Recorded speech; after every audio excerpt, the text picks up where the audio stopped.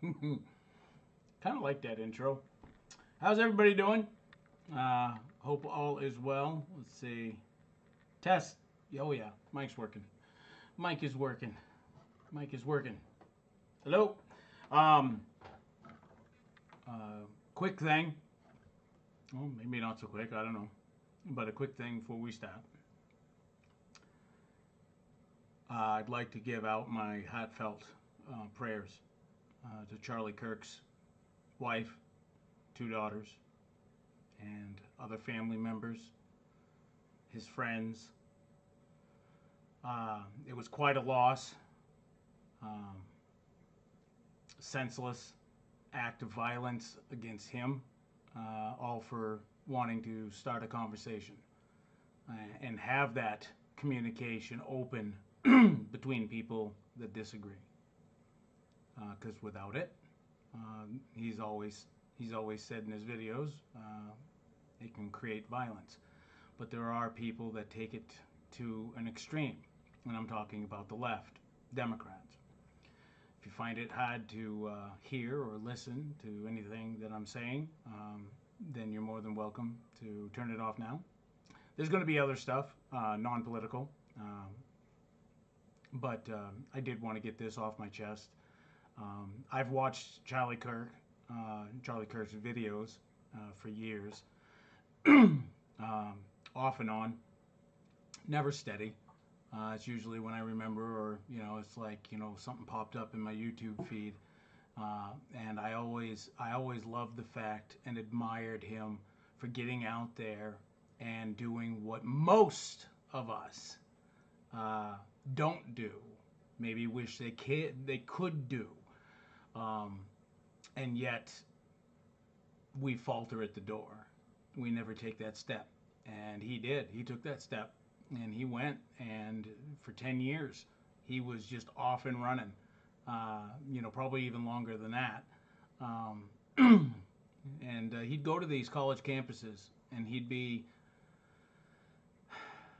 a supporter of the youth and making sure that that their decisions were based on fact and not feeling, right?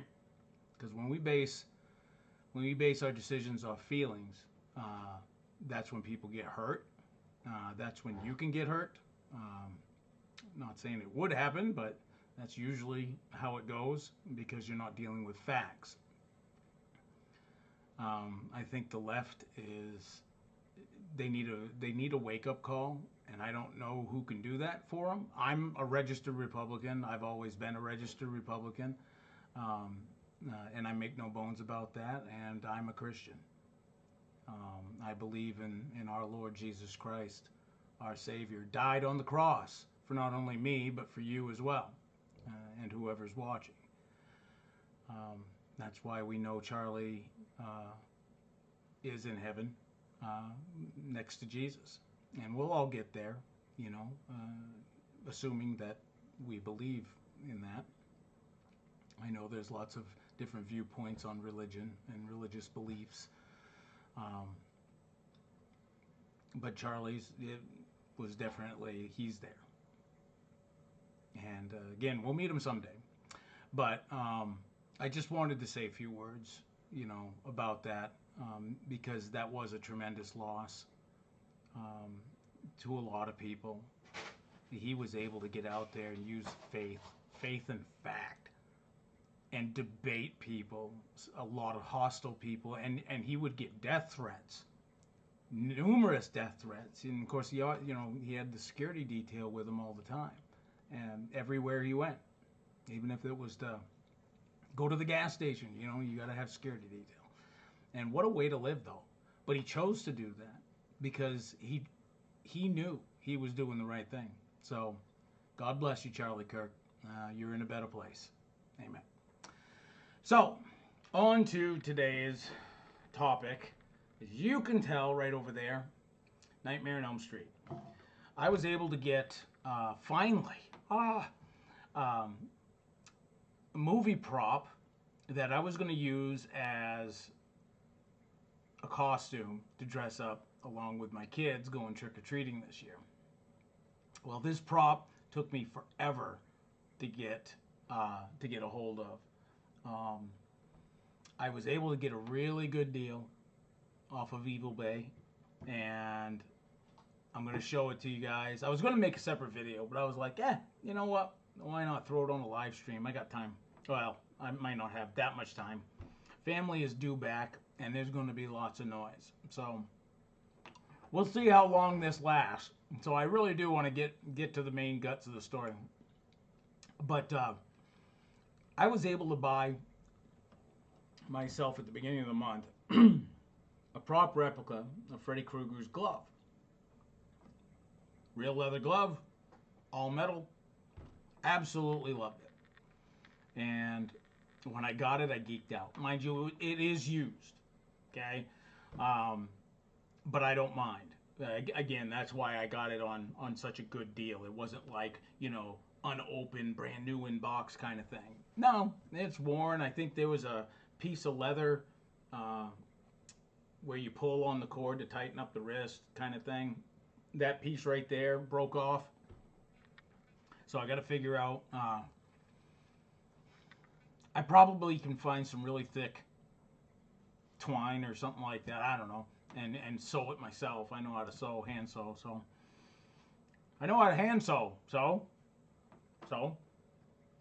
Okay. Anyways, so I'm going to show you that, and I probably towards the end, and I'm going to see if I can do it like on the fly kind of thing. But my USS North Carolina battleship project that I also have going on, I've been in communique with the owner. He is a Navy vet of 21 years. Thank you for your service if you're watching this. I'm going to be doing a shout out on this, but I'm also the next video I get done. That's what I meant to say. Sucking on a mint makes my throat feel better. This is like bad timing for colds and flus. Like this is the time where it's like your immune system is like, oh, rope-a-dope. So anyways, without further ado, let me spin around and get the party started. Get the party started. All right. Let's move this out of the way. Here we go. Yes, big box because it's actual 1-to-1 scale. Now this is not what I paid for it. But back in the day when this came out, this was expensive. Like this was like top dollar kind of expensive.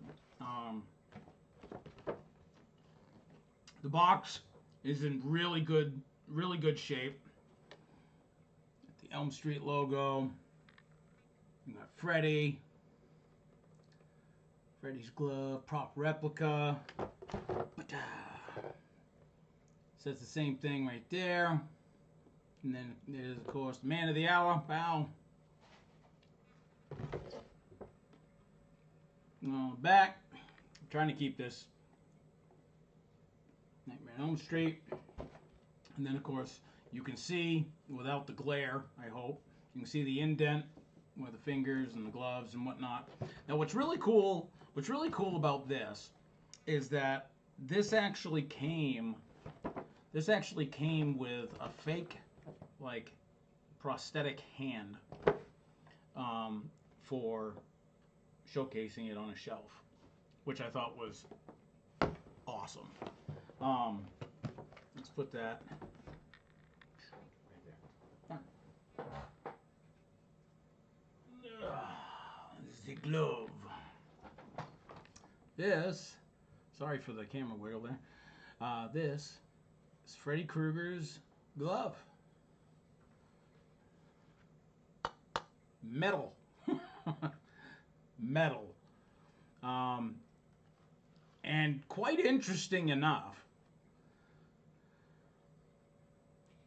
Of course, it's screen accurate, the palm and all the burnt aspects of the glove. The hand itself has Nightmare on Elm Street.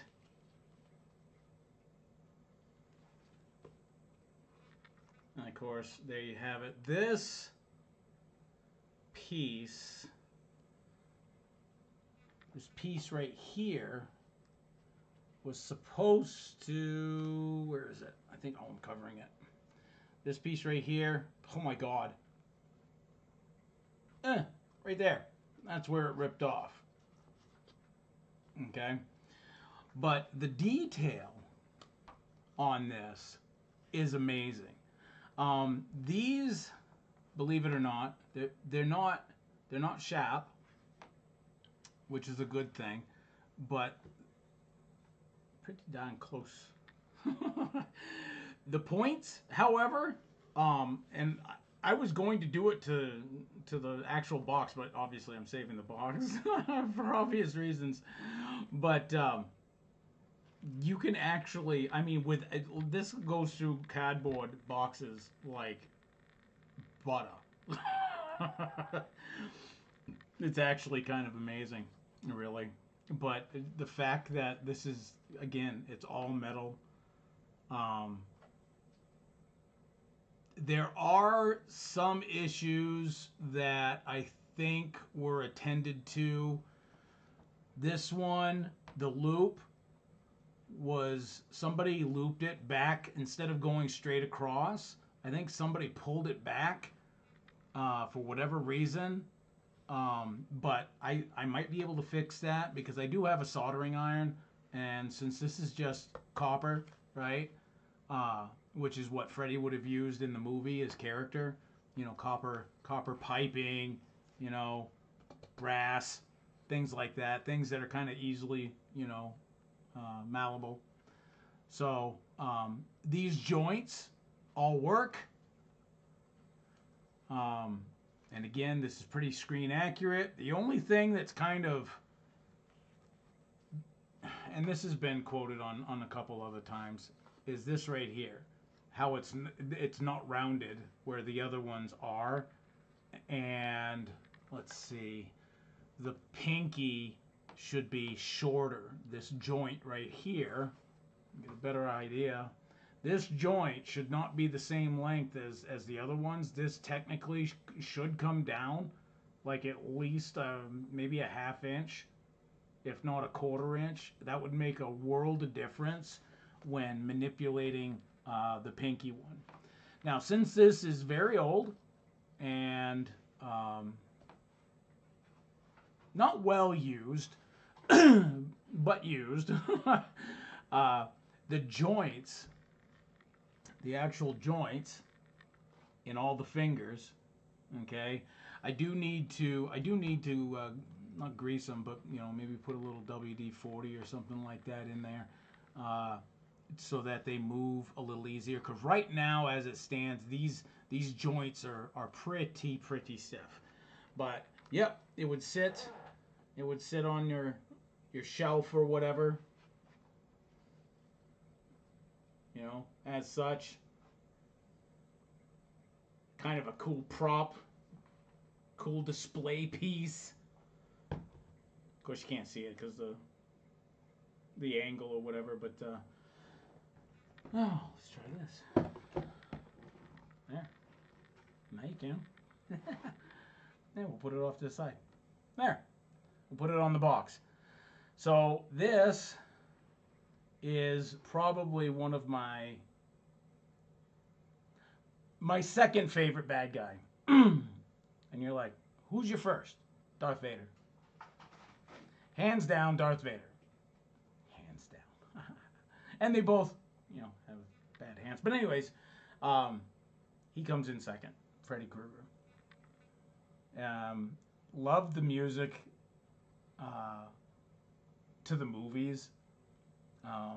The storyline wasn't as campy as some of the other ones, like Friday the 13th really wasn't my favorite movie series when growing up.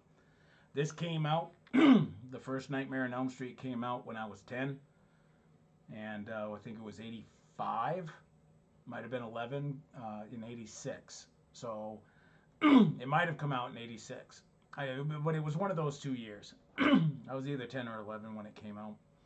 Instant fan. Now back then, and the way I grew up, wasn't with roses and kisses and lollipops and kittens and all sorts of cute stuff. No, no, I didn't grow up that way.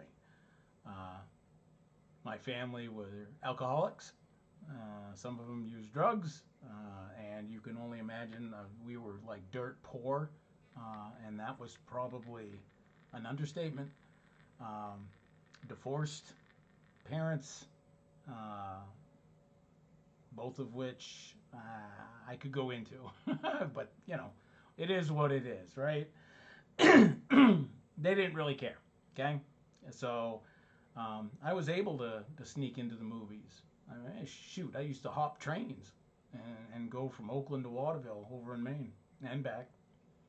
A lot of people don't know that because, well, it's not one of those things that you just throw right out there. But um, what else can I tell before I get like way off topic? Oh yes, you will notice right here. See it? Oh, my fingers. My fingers. Right there. You see, it looks like it's welded on because it broke. That's actually screen accurate. Okay, so this wasn't like somebody was goofing around, broke it, and then tried to fix it and then sell it to me. That's screen accurate. That's the way it was meant to be. Because from what I hear, they had lots of issues with the glove falling apart, breaking, you know, during the filming of Nightmare on Elm Street movies. And that is one of the issues that they had was, you know, the blades breaking. So I thought that was cool that they would add that in there. I do think the back plate is a little wide. I'd have to watch the movie again, which it's been forever. I'd have to watch the movie again, but I'm pretty sure that it wasn't as wide as this.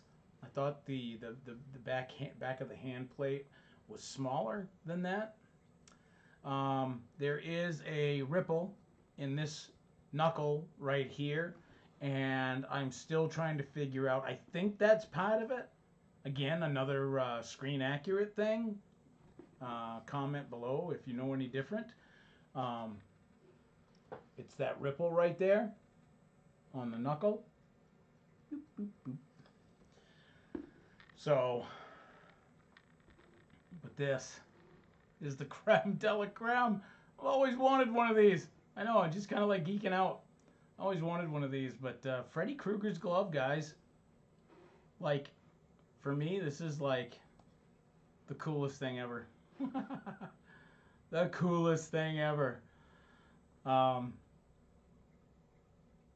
I can put it on, but I might make another video about it because I do want to make a standalone video series for making the somewhat screen accurate costume. And this is the first part of it, so there'll probably be like a video on it. But I wanted to showcase it on live, because why not? Like, it's cool. And I got this a couple days ago, and I've just been like, I had no time to do it, and I finally got some time. So it is beyond awesome.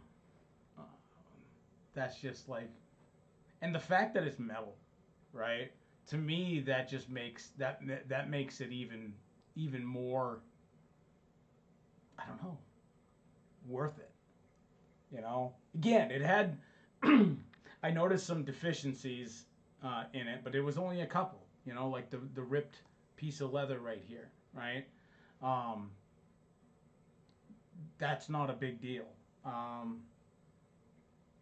And when it comes to pinning it up, they have a they have a safety pin, safety pin in it, and that's the safety pin that actually comes with it. Believe it or not, go figure. So, wow, just how cool is that? Just geeking out. I'm geeking out. Freddy Krueger, awesome. Not a hero, total villain, total like, D-bag, right? In the movies, but got to appreciate his ingenuity. Oh, so okay, we'll put this away, or we could just talk with it just sitting in front of my face. We can do that. I know I have a hard time. Firefighter told me this, that it really doesn't matter. You can look anywhere you want to. He said, and then he mentioned what he mentioned. Oh, bad memory coming up. He had mentioned that if you don't, no, oh, that sometimes people feel was it intimidated or uncomfortable when people do the eye to eye, and I happen to agree with him. Not for me.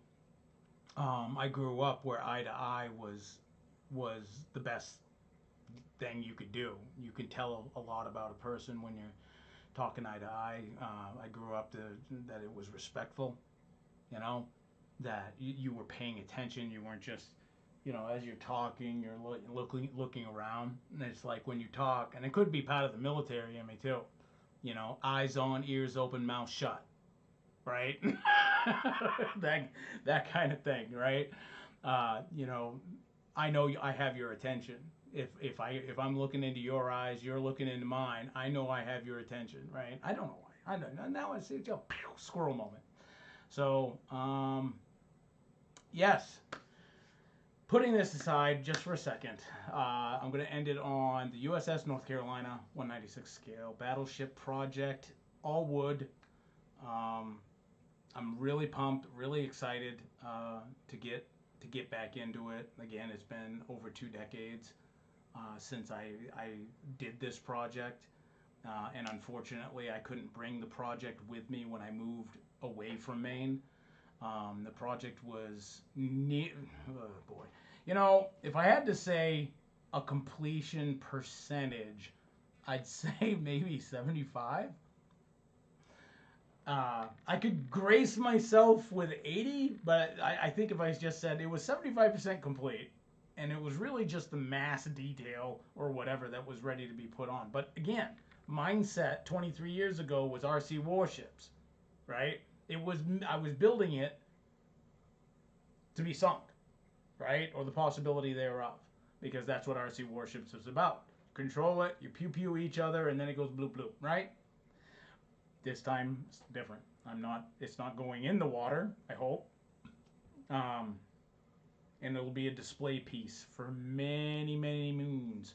And I hope this is something that I can just pass on to my kids.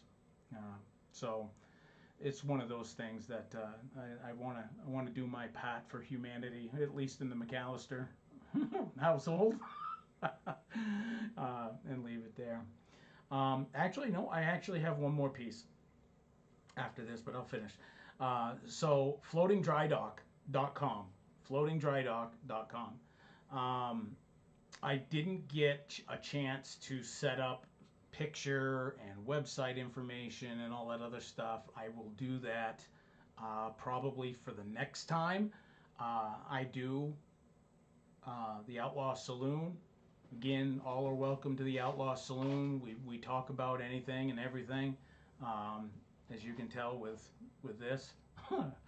So, and of course the current topic of making a wooden ship. So I'm getting the plans. Okay, so floatingdrydock.com is owned and operated by a Navy veteran of, I believe, 21 years. And so far the communique between him and I have been amazing. He sounds like a really great guy.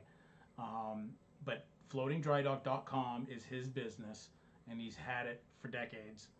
And he makes and sells these plans, these architectural drawings, okay, of like plans that they would actually use in the shipyards.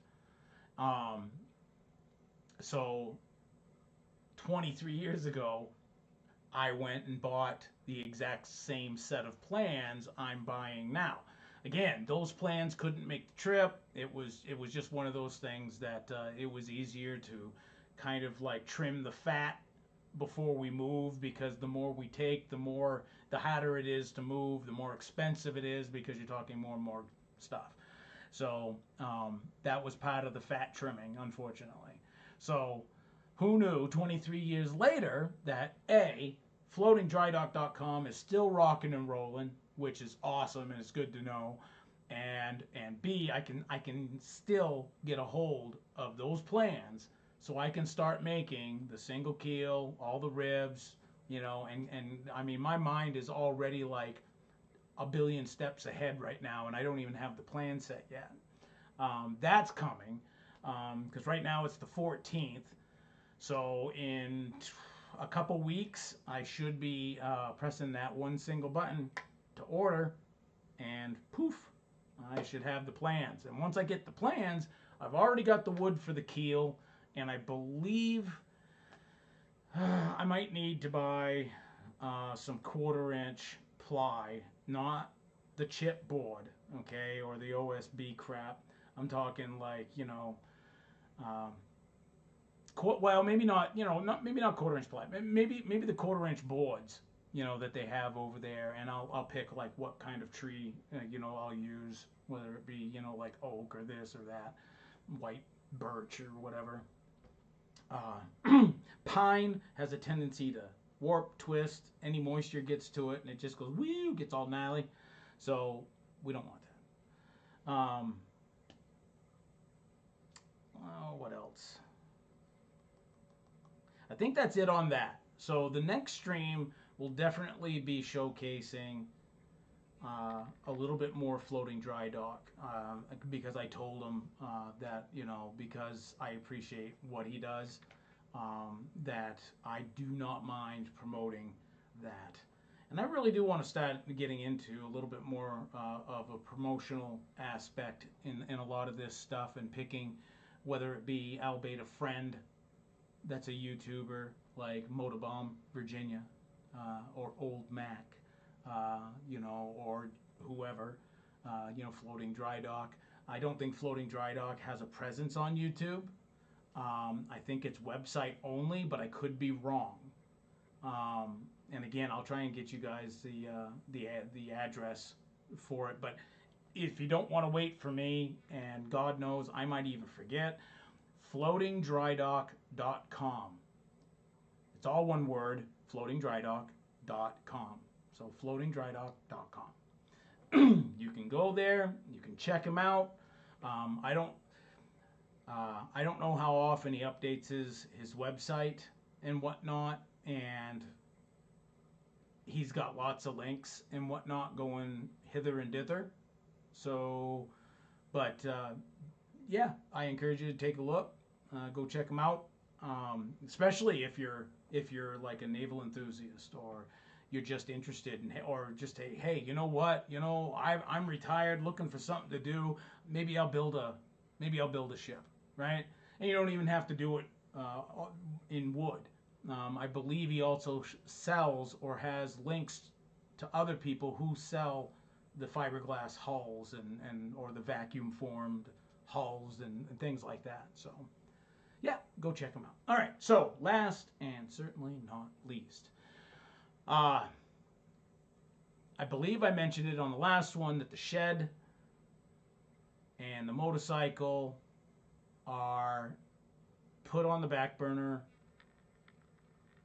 The motorcycle is put on the back burner indefinitely due to health issues. I've come to terms with it. It hurt to know that, I got regular doctors, I got neurosurgeons, I got all sorts of people screaming at me saying I can't insert whatever you want in it. But I have my brain that says, come on, you're still 20 years old, right? You can do this, right? And every time I do, I screw something up. I just got out of a wrist brace, and it's still killing me. But that was after moving the 500-pound motorcycle in my shed. But yes, 498 pounds is the TX500. And I did it by myself. There was nobody else around, but you always figure it out, right? Well, that was my downfall. Again, 20-year-old mentality at 20, that would have been nothing. I could have done it with one arm. I'm not saying I was like super strong back then, but for real, right? There's the stark contrast, of age, 20 versus 50, so it's sad, but I do feel very happy that I know that it's going to my boy Chris, uh, and I'll be there with him when he's working on it and tinkering away. I could be the backseat driver going, no, 10 mil, 10 mil, no, the other way, lefty, just probably annoying the crap out of him, but it's cool. It's cool. I'm dad. I'm allowed to. As for the shed, it is put on the back burner. I won't be touching it this year. Next year,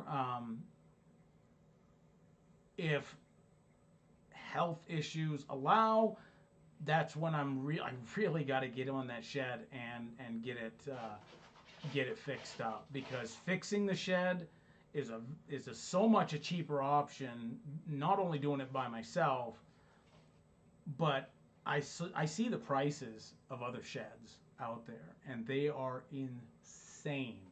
They're cheap. There are some that are cheap sheds that you can put together yourself, which is an option. However, those normally are what you pay for. Cheap. They leak.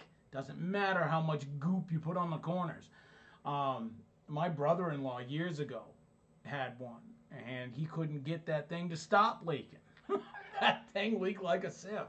And it was one of those things that you put together. And they're not hard to do. It's just they're very cheaply done. Cheap material. So this right here is at least solid wood for now. I mean, the outside, it's over 25 years old. So the outside, like trim and stuff like that all needs to be taken down because it's rotten, right? So we need to take all that down, replace it, caulk where it needs to, seal up a bunch of stuff. It's got to get insulated because I'd love to be able to at least use it to go out there to tinker away even during the wintertime. And the only way to do that is to insulate that bad boy.